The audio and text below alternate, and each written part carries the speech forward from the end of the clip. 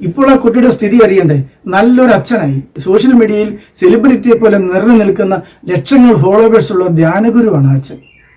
Hi പ്രിയപ്പെട്ടവരെ, കുട്ടികൾ എത്ര നല്ലവരെ വളരണമെങ്കിലും നല്ല കാര്യങ്ങൾ പറഞ്ഞു കൊടുത്തോ തല്ലിയോ നന്നാക്കാൻ പറ്റില്ല. അവർക്ക് വേണ്ടിയുള്ള പ്രാർത്ഥനകളും ഉപവാസങ്ങളും പരിത്യാഗ പ്രവൃത്തികളും ആവശ്യമാണ്. അതിലുപരി അവർക്ക് സ്നേഹത്തിന്റെ അനുഭവങ്ങൾ ഉണ്ടാവണം. അപ്പോൾ അവർ നന്നാകും. എൻ്റെ പഴയൊരു അനുഭവം ഞാൻ പറയും. ഒരു 28-30 വർഷം മുൻപാണ് ഞങ്ങളുടെ പ്രാർത്ഥനാ ഗ്രൂപ്പിലെ ലീഡർ. പ്രാർത്ഥനാ ഗ്രൂപ്പ് എല്ലാം പിരിഞ്ഞു കഴിഞ്ഞിട്ടും ഒറ്റയ്ക്ക് അവിടെ ഇരുന്ന് കരച്ചിലും സങ്കടവുമാണ്. അപ്പോൾ ഞാൻ സ്നേഹത്തോടെ കാര്യം തിരക്കി. LP സ്കൂളിൽ പഠിക്കുന്ന മകൻ പല കുട്ടികളോടും എപ്പോഴും അടിപിടിയാണ്. ടീച്ചേഴ്സ് എപ്പോഴും കംപ്ലൈന്റ് പറയുകയാണ്. തീരെ മാർക്കില്ല, സ്കൂളിന്റെ സ്റ്റാൻഡേർഡ് പോകുമെന്നതുകൊണ്ട് ആ കുട്ടിയെ സ്കൂളിൽ നിന്നും TC കൊടുത്ത് വിടേണ്ട സ്ഥിതിയുമാണ്. ഒത്തിരി സങ്കടം ആ ചേച്ചി പറഞ്ഞപ്പോഴാണ് ഞാൻ ഈ വിഷയം പ്രാർത്ഥിക്കാനേറ്റത്. ഞാൻ ആ കുട്ടിക്ക് വേണ്ടി പ്രാർത്ഥിച്ചപ്പോൾ കണ്ടത് ഞങ്ങളുടെ അടുത്തുള്ള ടൗണിൽ കള്ളു കുടിച്ച് തല്ലുണ്ടാക്കി സ്ഥിരം ചട്ടമ്പിയായി ജീവിക്കുന്ന ഒരാളെയാണ്. കഷ്ടം. നല്ലോണം പ്രാർത്ഥിക്കുന്ന ചേച്ചിയുടെ മകൻ ഇങ്ങനെയാകാൻ പാടില്ലല്ലോ, തിരിച്ചു പിടിച്ചേ പറ്റൂ.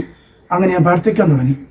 തുടർന്ന് പല ദിവസങ്ങളിലും വിശുദ്ധ കുർബാന കഴിഞ്ഞ് ഞാൻ മണിക്കൂറുകൾ പള്ളിക്കകത്തു നിന്നിരുന്ന് ആ കുട്ടിക്ക് വേണ്ടി പ്രാർത്ഥിക്കുകയും ഉപവസിക്കുകയും ചെയ്തിട്ടുണ്ട്. ഇങ്ങനെ കുറേ ദിവസത്തെ പ്രാർത്ഥനയ്ക്ക് ശേഷം ഞാൻ ഒരിക്കൽ പ്രഭാതത്തിലെ കുർബാന കഴിഞ്ഞ് തിരുമുമ്പിൽ പ്രാർത്ഥിച്ച് 9 മണി വരെ ഇരുന്നു. അന്ന് യേശു എന്നോട് പറഞ്ഞു ആ കുട്ടിയെ ചെന്ന് കാണാൻ. ഞാൻ നേരെ ആ കുട്ടിയുടെ വീട്ടിലേക്ക് നടന്നപ്പോൾ സ്കൂളിലേക്ക് ഒറ്റയ്ക്ക് നടന്നു പോകുന്ന ആ കൊച്ചുകുട്ടി എന്നെ കണ്ടപ്പോഴേ മോന് മനസ്സിലായി. ഞാൻ ഒന്നും ഉപദേശിച്ചില്ല.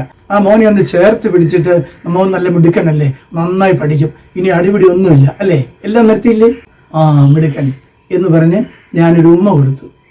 ഒരു മാസത്തിനുള്ളിൽ ആ അമ്മയ്ക്ക് ഒത്തിരി അതിശയം. കുട്ടിയുടെ പേരിൽ ഇപ്പോൾ ടീച്ചേഴ്സ് കംപ്ലൈന്റ് വിളിച്ച് പറയുന്നില്ല. കുട്ടിക്ക് എല്ലാ വിഷയത്തിനും നല്ല മാർക്ക്.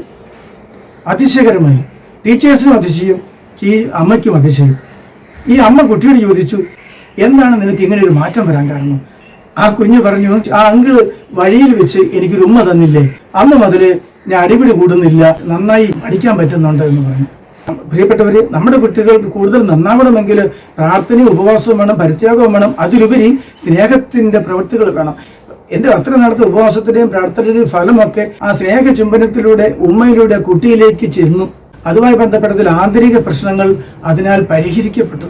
കുഞ്ഞിനെ അതുവരെ സ്വാധീനിച്ചിരുന്ന ചില പ്രത്യേക തിന്മയുടെ ശക്തികൾ വിട്ടുപോവുകയും ചെയ്തു. അതാണ് അവിടെ സംഭവിച്ചത്. ഇപ്പോൾ ആ കുട്ടിയുടെ സ്ഥിതി അറിയണ്ടേ? സെമിനാരിയിൽ ചേർന്ന് നല്ലൊരു അച്ഛനായി എന്ന് മാത്രമല്ല ധ്യാനഗുരുവായി, സോഷ്യൽ മീഡിയയിൽ സെലിബ്രിറ്റിയെ പോലെ നിറഞ്ഞു നിൽക്കുന്ന ലക്ഷങ്ങൾ ഫോളോവേഴ്സ് ഉള്ള ധ്യാനഗുരുവാണ് അച്ഛൻ. നിങ്ങൾക്കും അനേകം കുട്ടികളെ നല്ലവരാക്കാൻ കഴിയും, വിശുദ്ധരാക്കാൻ കഴിയും. പ്രാർത്ഥനയും ഉപവാസവും സ്നേഹത്തിന്റെ പ്രവൃത്തികളും വേണം. തുടർന്നുള്ള വീഡിയോ കാണാൻ ചാനൽ സബ്സ്ക്രൈബ് ചെയ്യണേ. എന്നെ കേട്ടതിന് ഒത്തിരി നന്ദി. Okay, thank you.